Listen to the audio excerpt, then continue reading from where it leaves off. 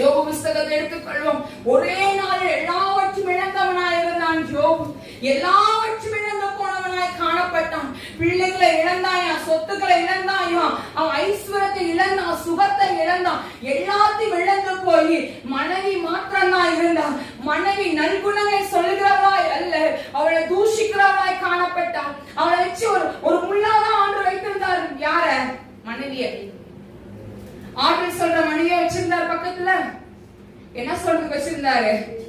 ஜீவனை விட்டு எதுக்கு உயிர் வாழ்ந்துட்டு இருக்க நீ? இன்னும் பேசாம நீ வாழ்வதை விட சாவத நலம் அப்படின்னு சொல்லிதான் அவனை வச்சிருந்தார். யோபு மனைவி வைத்திருந்தார். யோபுக்கு ஆற்றல் சொல்வதற்கு வைக்கல.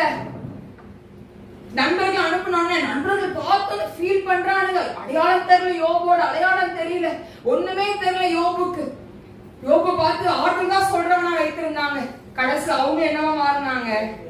எதிரியாய் மாற ஆரம்பித்தாங்க. யோபு தனி மனிதனா நின்றாயா, தனி மனிதனா நின்றான்.